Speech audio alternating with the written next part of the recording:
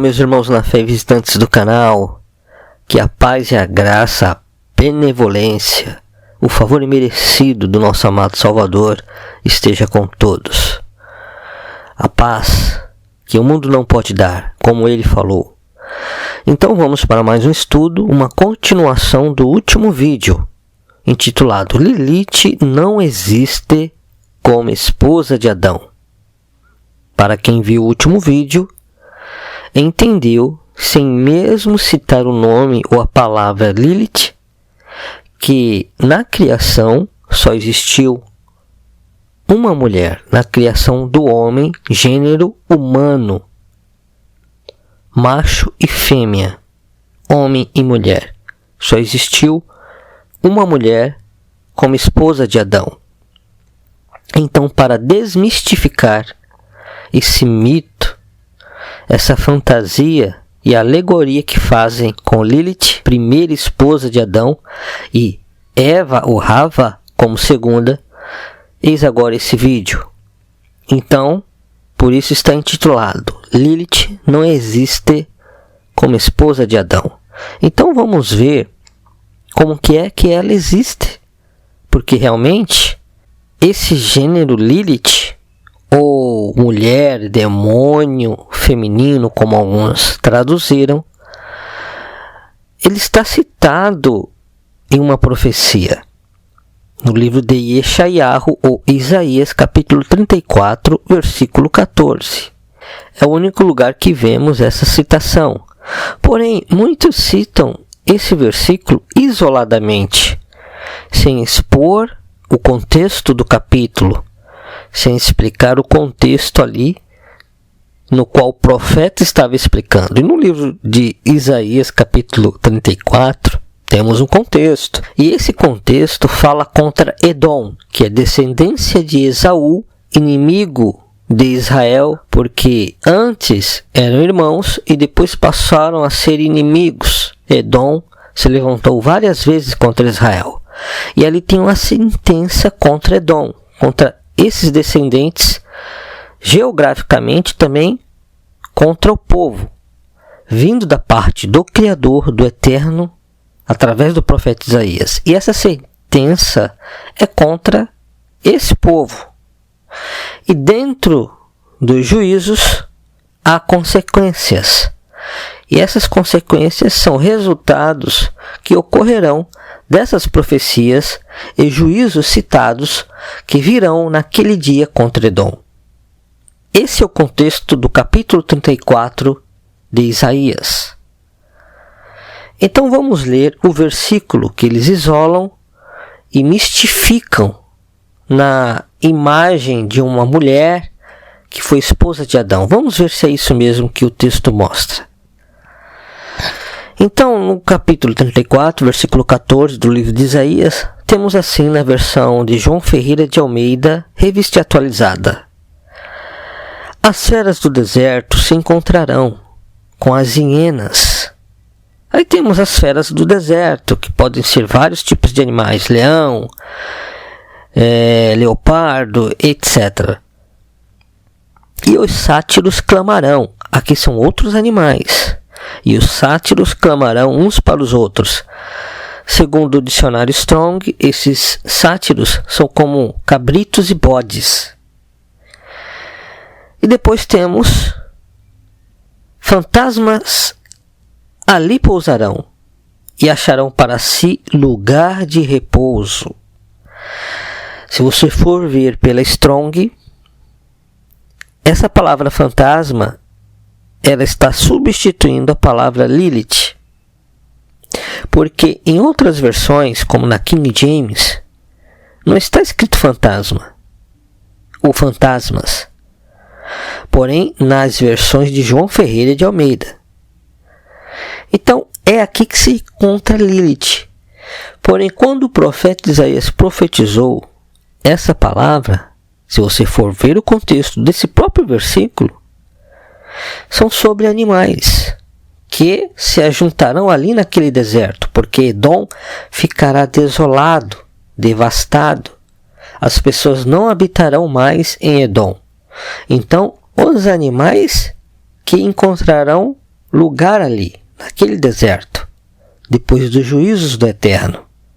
Então o contexto aqui desse versículo são de animais, de feras que encontrarão lugar ali, de hienas, de bodes, cabritos, que são sátiros. Aí ele fala a palavra Lilith, no hebraico, que é uma palavra só ao gênero de animais, que ali se acharão e encontrarão repouso. São vários tipos de animais que estarão ali.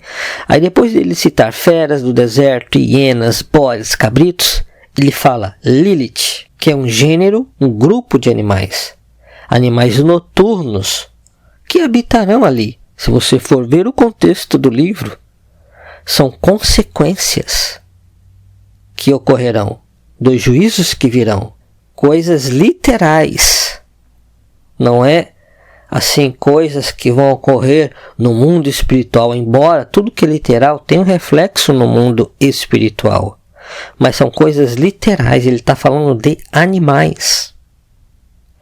Porém, em culturas pagãs, como na Síria, na Babilônia existia, eles realmente usavam essa palavra, Lilith, para ídolos ou deuses, até em forma de animais. E para alguns realmente era como uma mulher ou um demônio feminino que assolava as pessoas durante a noite. Então por isso que temos até um registro, eu vou mostrar aqui para vocês na tela, na Bíblia Católica, edição Paulinas, na página 824, temos um comentário no rodapé sobre Lilith, dessa mesma passagem, desse mesmo versículo. E aqui eles colocam, sátiros, que é o que eu falei para vocês, aqueles animais, divindades semelhantes a bodes. Aqui, nessa Bíblia, eles já colocam um discernimento, uma interpretação da cultura pagã, de culturas pagãs assírio-babilônicos. Por isso que está sátiros, divindades semelhantes a bodes, onocentauros em hebraico, Lilith, gênios demoníacos assírio-babilônicos, do sexo feminino que, segundo a crença popular, vagueavam de noite para atormentar os vivos, especialmente as crianças. Então temos aqui uma explicação sobre a palavra Lilith, ou a citação da palavra Lilith, que é de origem hebraica. Porém, essa interpretação aqui, ela não é totalmente verdadeira. No contexto da verdade, ela existe sim como fato histórico da crença dos pagãos, mas não quer dizer que é verdade. Entendam isto. Por quê? Porque, como eu já falei para vocês, meditem. Olhem para o contexto que o profeta Isaías citou. Você acha que o profeta Isaías estava falando de onocentauros? De deuses assírio-babilônicos? Ele estava falando da sentença do Criador para Edom, dos juízos que viriam, que Edom seria destruído. Eu tenho até um vídeo no canal falando sobre o profeta Obadias, Obadiaho, no hebraico.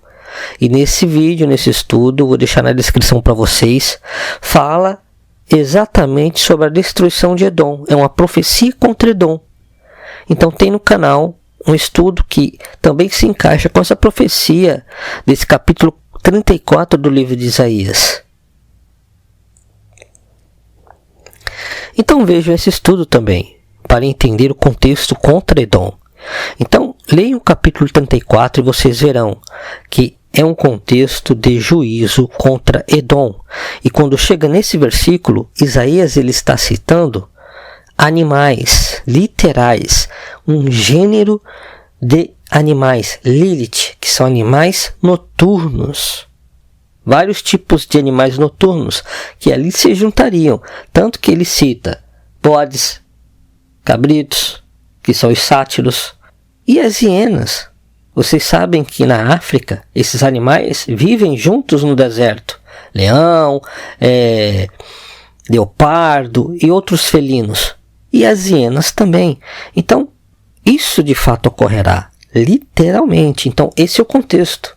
Quando ele cita a palavra Lilith, não é no contexto pagão. Ele sabia que existia essa palavra usada com uma outra interpretação no paganismo. Mas, olhando pelo contexto, ele não está fazendo um misticismo de demônios femininos, de uma esposa de Adão. Esse versículo e essa palavra que ele está citando aqui não tem nada a ver com primeira esposa de Adão. É no sentido de animais. Um gênero ou tipos de animais.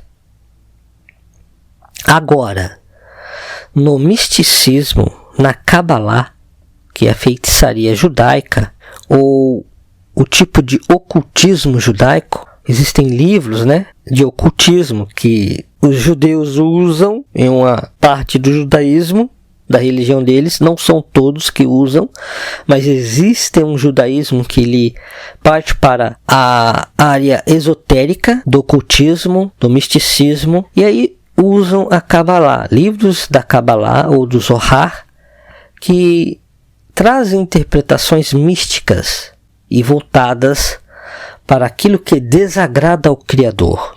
E na Bíblia temos várias profecias contra essas práticas. Porém, infelizmente, muitos hoje em dia acham que são sabedoria iluminada pelo Eterno, que eles trazem, mas não são. O Eterno reprova o ensino da Cabalá e do Zohar. Então, neste ensino, a palavra Lilith ganha um outro significado. Na Cabalá, Lilith realmente significa bruxa, mas não é o sentido original que o profeta Isaías colocou ali. Isaías não colocou como bruxa, mas como um gênero de animal ou de animais. Mas na Cabalá, Lilith traz um discernimento e significado de bruxa. No ensino místico da Cabalá. Então, entendam que existem contextos. E para sabermos realmente a verdade, temos que entender esses contextos. Então, no livro de Apocalipse 19, temos ali uma referência de juízos, quando o nosso Salvador vem com poder e grande glória sobre um cavalo branco e com um exército. E ali trava um juízo no Vale do Armagedon contra a besta. E nesse mesmo capítulo 34 do livro de Isaías, temos também referência ao Apocalipse 19, ao juízo daquele dia, que ocorrerá naquele dia, naquela grande batalha. Edom está inscrito como um daqueles, ou aqueles povos que sofrerão juízo naquele dia. Então, façam um cruzamento desses dois capítulos e entenderão melhor o contexto de juízo. Você acha que o nosso Salvador vai voltar, vai travar esse juízo contra as nações, inclusive Edom, como está aqui no capítulo 34 de Isaías, e deixar demônios vagando ali no deserto, logo perto de Israel? Então, contextos são de animais, porque existirão animais no milênio. Pessoas viverão no milênio nessa terra. E animais também. Estão entendendo? Então não tem nada a ver com a esposa de Adão. O judeu fiel às escrituras, ao livro de Bereshit, à criação, ele não vai interpretar que é esposa de Adão. Ele vai citar o que eu citei no primeiro estudo.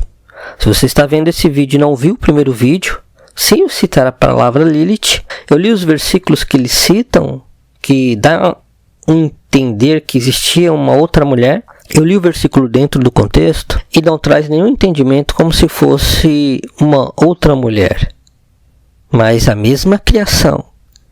Então, se não viu o primeiro vídeo, veja. E você que já viu o primeiro vídeo, veja-se agora falando e citando a palavra Lilith, porque eu não cito a palavra Lilith no primeiro vídeo, ou ali em Bereshit, no Gênesis, na criação do homem e da mulher. Porque realmente, verdadeiramente, Lilith não existe como esposa de Adão. Por isso, esse tema desse vídeo. Então, meus irmãos, vamos entender realmente o que a palavra que o Espírito Santo, Ruach Kadosh, ou Ruach HaKodesh, o Espírito do Santo, quer que aprendamos. Em 1 Timóteo, no capítulo 4, no versículo 7, vamos ler na versão de João Ferreira de Almeida mesmo, revista atualizada. E assim está: mas rejeita as fábulas profanas e de velhas caducas. Exercita-te pessoalmente na piedade. Então, meus irmãos, aqui tem todo o ensino da sã doutrina dos apóstolos, através de Timóteo e o apóstolo Paulo, que orientava a Timóteo a trazer para a congregação, para aqueles irmãos que se reuniam e ficavam a cargo do ensino de Timóteo através de Paulo também. Então temos aqui uma exortação para rejeitarmos as fábulas profanas, porque isso é uma fábula profana que tenta desacreditar da criação original, tenta fazer com que as pessoas tenham dúvida e desacreditem da criação original. Então, isto é mais uma astúcia de Satã, do inimigo, e que ele se afaste daqueles que estavam realmente em dúvida disto, ou sobre isto, e que elas sejam libertas desses pensamentos duvidosos de interpretação que vem através das religiões para mudar o contexto original da criação e da interpretação das profecias e das escrituras. No nome de Yahushua, que seja desfeito esse ensino profano que trouxeram, como está aqui, fábula profana. E agora no livro de Tito, no capítulo 1, vamos agora ao livro de Tito, que é mais ensinamento. No capítulo 1, versículo 14, nós temos o seguinte: e não se ocupem com fábulas judaicas, nem com mandamentos de homens desviados da verdade. Por que desviados da verdade? Porque aqueles que querem ensinar a Torá, ou o Tanar, a Bíblia hebraica, o Antigo Testamento, aqueles que querem ensinar, eles rejeitaram o Messias verdadeiro. No entanto, não possuem o Ruach HaKodesh, que batizou no dia de Pentecostes, ou no dia 50 da Festa das Semanas, os apóstolos, os emissários do Cordeiro do nosso Messias. Eles não possuem aquele mesmo Espírito Santo para ensinar. Porém, infelizmente, muitas pessoas hoje em dia que creem no Espírito Santo, no batismo do Espírito Santo sobre os crentes, escutam esses homens, escutam essas fábulas judaicas e seguem alguns dos seus mandamentos, dos mandamentos desses fariseus, desses rabinos que negam o Salvador e nem foram batizados no Espírito Santo. Como que eles possuem realmente o discernimento, o conhecimento verdadeiro? Alguns possuem a fé verdadeira no Criador, mas não se despertaram ainda para o seu Messias verdadeiro, porque o negaram. Então o que está escrito aqui? Não se ocupem com fábulas judaicas. E no livro do Zohar, na Kabbalah, até no Talmud, possuem fábulas judaicas e mandamentos de homens. É o que está sendo ensinado aqui. E que os irmãos daquele tempo eram tentados a cair em dúvida e seguir esses ensinos. E hoje está acontecendo a mesma coisa. Então, abra os olhos e não caia em fábulas judaicas, como está escrito aqui. Agora vamos ler em 2 Pedro, capítulo 1, versículo 16.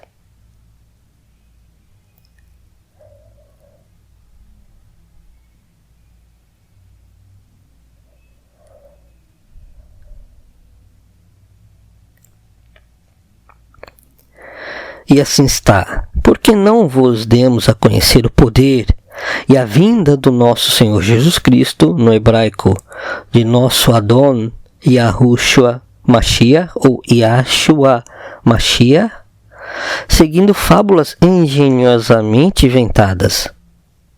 Eu vou ler de novo para entendermos o contexto.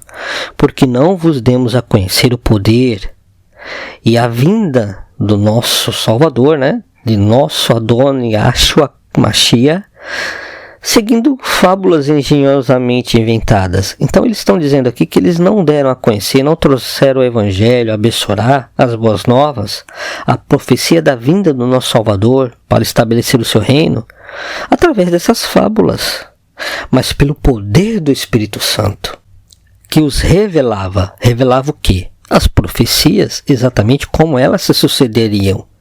Então temos que ele exorta, mas nós mesmos fomos testemunhas oculares da sua majestade.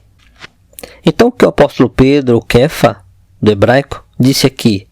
Que eles testemunharam a ressurreição, porque até sobre a ressurreição estava existindo fábulas enganosas ou inventadas naquele tempo. De que ele não tinha ressuscitado em um corpo físico, mas era uma ressurreição espiritual. Não tem nada a ver com o espiritismo, a ressurreição. Mas queriam dar essa interpretação, como muitos hoje fazem. Existem religiões que ensinam assim, hoje em dia. Que ele não ressuscitou em um corpo físico e eterno, glorificado. Então tenham cuidado com essas fábulas que são engenhosamente inventadas. O apóstolo Pedro disse aqui, porque não vos demos a conhecer o poder e a vinda de nosso Adon Yahshua Mashiach, segundo fábulas engenhosamente inventadas. Mas nós fomos testemunhas oculares da sua majestade. Então, se você acredita em Lilith, como ensina o misticismo judaico, você vai acreditar também no Zohar, no livro do Zohar, na Kabbalah, na reencarnação. E que, de fato, não existe uma ressurreição de um corpo eterno.